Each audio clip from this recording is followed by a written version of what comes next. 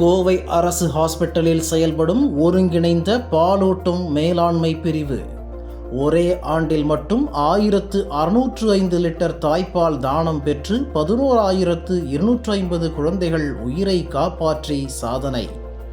பிறந்த குழந்தைகளின் இறப்பு விகிதம் குறைந்துள்ளதாக மருத்துவத்துறை பெருமிதம். இங்கே தாய்ப்பால் வங்கி அக்டோபர் 15, 2015 அப்துல் கலாம், மறைந்த நம்ம ஏபிஜே அப்துல் கலாம் ஐயா அவரோட நினைவாக நம்ம தமிழகத்தில் 4 இடத்துல, கோவை, திருச்சி, சென்னை, மதுரை 4 இடத்துல இந்த தாய்ப்பால் வங்கி ஆரம்பிக்கப்பட்டது தமிழக அரசாங்கத்தால். இப்போது 10 வருஷமாக நாங்கள் வெற்றிகரமாக இந்த தாய்ப்பால் வங்கி செயல்பட்டுட்டு வருது. முதல்ல நான் ஒரு 600 லிட்டர் வருஷத்துக்கு 600 லிட்டர் தாய்ப்பாலை சேகரித்து இங்கே இருக்கிற எடை கம்மியாக உள்ள குழந்தைங்களுக்கு இந்த தாய்ப்பால் வங்கியிலேருந்து பாலை கொடுத்து யூஸ் பண்ணிகிட்டு இருந்தோம். இப்போது அப்படியே படிப்படியாக வளர்ந்து இப்போது 1600 லிட்டர் இந்த வருடத்துக்கு மட்டும் நாங்கள் தாய்ப்பால் வங்கியில் சேகரித்து எங்களோட எடை கம்மியான குழந்தைகளுக்கு அதோட உடல் வளர்ச்சிக்கும் மூளை வளர்ச்சிக்கும் மெயினாக குடலோட வளர்ச்சிக்கும் அதை பயன்படுத்தலாக உபயோகப்படுத்திகிட்ருக்கோம். இதனால் என்னென்னா, இந்த தாய்ப்பால் வங்கினால் எங்களால் எடை கம்மியாக 1.5 கிலோ கீழே இருக்கிற குறைமாத குழந்தைகளை 95% மேலே உயிரோடு காப்பாற்றி வீட்டுக்கு அனுப்ப எங்களால் முடியுது. இந்த மாதிரி குழந்தைங்களுக்கெல்லாம் தாய்ப்பால் கிடைக்காதனால வயிறில் நெக்ரோடைசிங் என்ட்ரோகோலைட்டிஸ் அப்படிங்கிற ஒரு தொற்றும், அப்புறம் சாதாரணமாக வர தொற்றும் ரொம்ப குறையுது. அதனால் இந்த தாய்ப்பால் வங்கி ரொம்ப இந்த 1.5 கிலோ குழந்தைங்க உயிர் காப்பாற்றுறதில் ரொம்ப யூஸ்ஃபுல்லாக இருக்குது.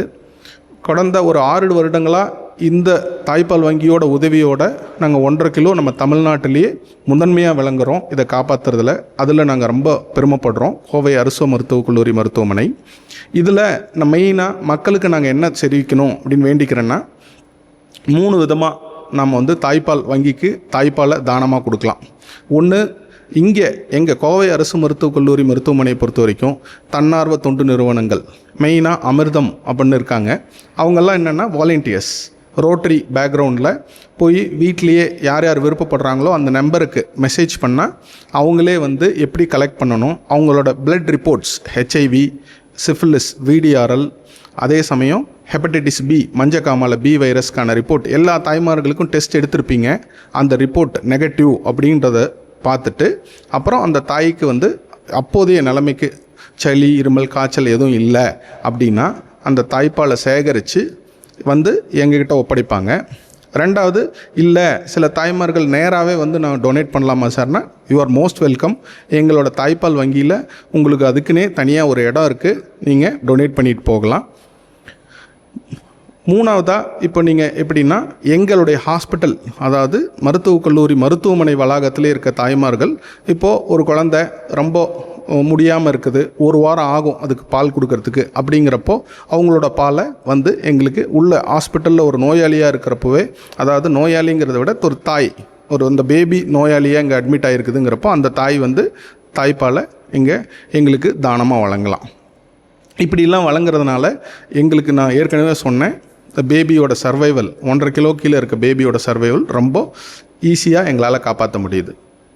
எங்ககிட்ட ஒரு தடவை, அதாவது இப்போவே பார்த்திங்கன்னா 97 பேபிஸ் இருக்காங்க உள் நோயாளிகளாக. அதில் 60 பேபிஸ் பார்த்திங்கன்னா 1.5 கிலோ கீழே தான்.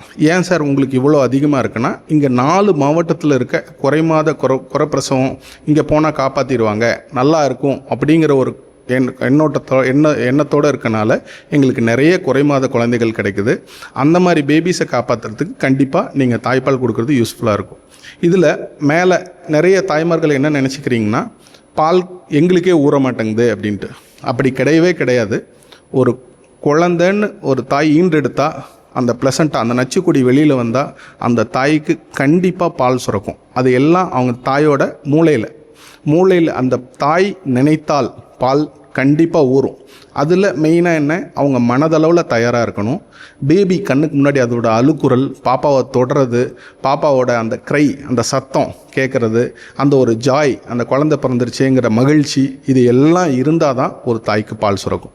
இப்போ ஒரு தாய் பால் வரலை அப்படின்னு சொன்னால் மனதளவில் ஏதோ உங்களுக்கு பிரச்சனை இருக்குது அப்படின்னு தான் சொல்லணும் ஒழிஞ்சு பால் ஊறாமல் இருக்க வேறு வாய்ப்பே இல்லைங்க. இப்போ தாய்ப்பால் நான் சொன்னேன் 3 விதமாக, தனியாக கொடுக்கலாம், குரூப்போட கொடுக்கலாம், இல்லை இங்கேயே இருக்கவங்க டொனேட் பண்ணலான்னு. அது வாங்குகிற மில்கை ஃபஸ்ட்டு என்கிட்ட 3 ஃப்ரீசர் இருக்குங்க.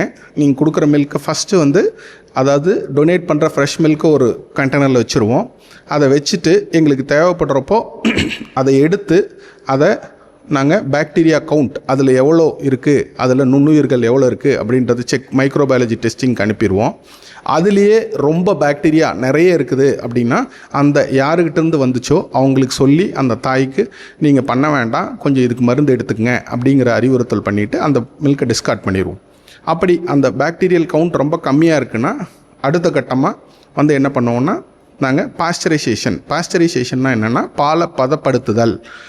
62.5 டிகிரி செல்சியஸ் ½ அன் ஹவருக்கு ஷேக் வாட்டர் பாத்தில் ஷேக் பண்ணி, இப்போ இந்த வாட்டர் பாத்தில் போகிறதுனால அதில் புரோட்டீன், ஃபேட் இதெல்லாம் ரொம்ப பாதிக்கப்படும். நேராக ஹீட் பண்ணி அந்த புரோட்டீன், ஃபேட்லாம் நிறைய பாதிக்கப்படுறதுனால இங்கே எங்களோட இதே வந்து அந்த நுண்ணுயிர்களை கொல்லணும், வேறு பாப்பாவுக்கு அது போயிடக்கூடாது.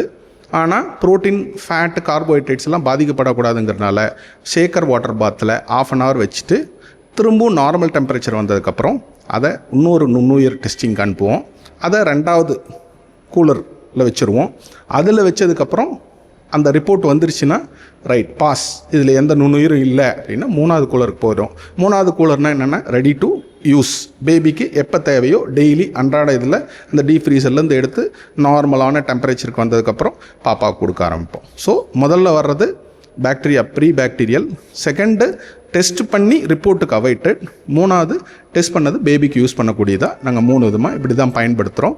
இது வந்து கண்டிப்பாக சேஃப்டியா அப்படின்னு கேட்டால் ரொம்ப சேஃப். 10 வருஷமாக நாங்கள் யூஸ் பண்ணிகிட்ருக்கோம். நாங்கள் ஒவ்வொன்றும், இப்போ நீங்கள் மில்க் டொனேட் பண்ணணுனாலும் நீங்கள் கன்சென்ட் கொடுத்து கையெழுத்து போடணும். அதே மாதிரி நீங்கள் தாய்ப்பால் வங்கியிலேருந்து மில்க் கொடுக்கலாம் அப்படின்னா தாய்மார்கள்ட்ட கன்சென்ட் வாங்கிட்டு தான் இது நாங்கள் எல்லாத்துக்கும் நாங்கள் கொடுக்குறோம். எங்களுக்கு நான் உங்களுக்கு சார் வந்து கேட்டார் மக்கள் மத்தியில் விழிப்புணர்வு வந்துருச்சான்னு.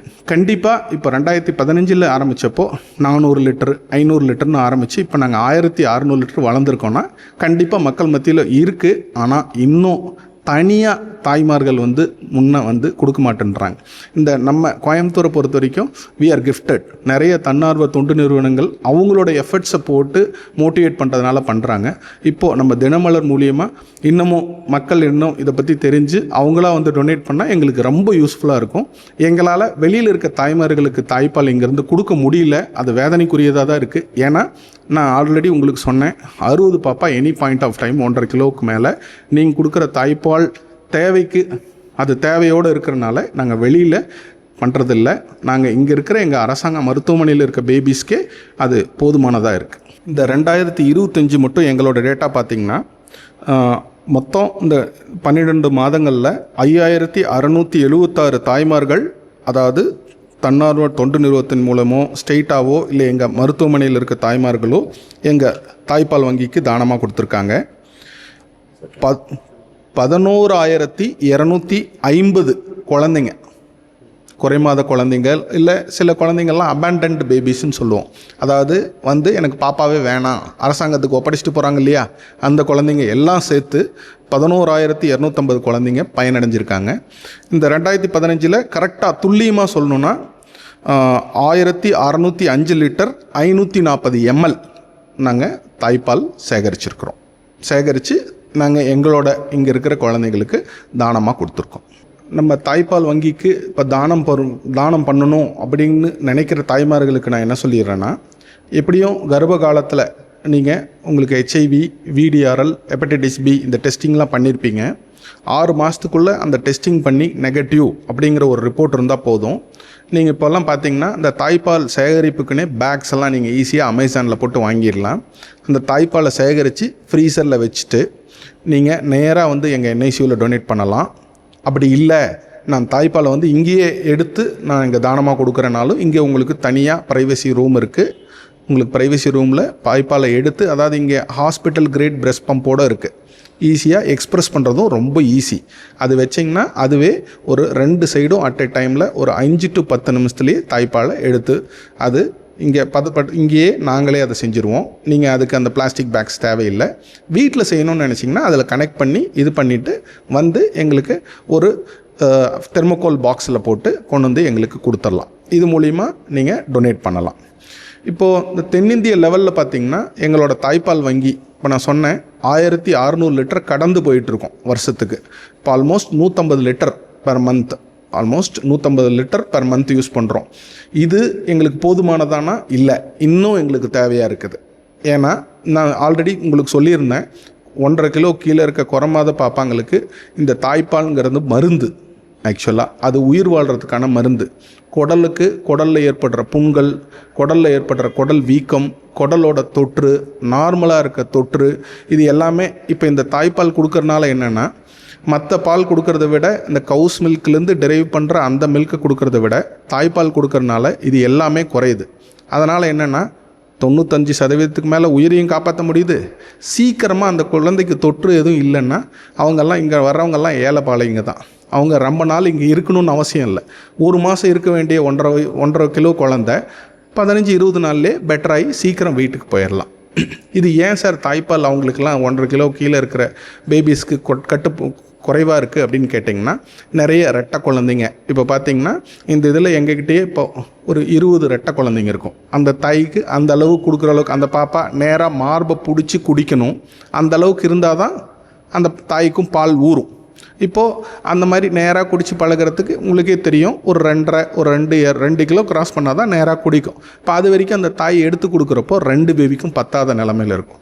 இப்போ நீங்கள் இப்போ கொடுக்குற தாய்ப்பால் அந்த குழந்தையோட வளர்ச்சி, மூளை, உடல் வளர்ச்சி தொற்றும் இல்லாமல் சீக்கிரமாக வீட்டுக்கு போகும். அது போகிறப்போ அந்த மதரை ட்ரெயின் பண்ணி அந்த குழந்தைய நாங்கள் சீக்கிரமாக ஒரு 1.5 கிலோவுக்கு மேலே 2 கிலோவுக்கு மேலே வர வச்சு வீட்டுக்கு அனுப்புறதுனால ஈஸியாக எங்களால் காப்பாற்ற முடியும். இப்போது இந்த மாதிரி இந்த நான் 2015 ஆரம்பித்தோம்.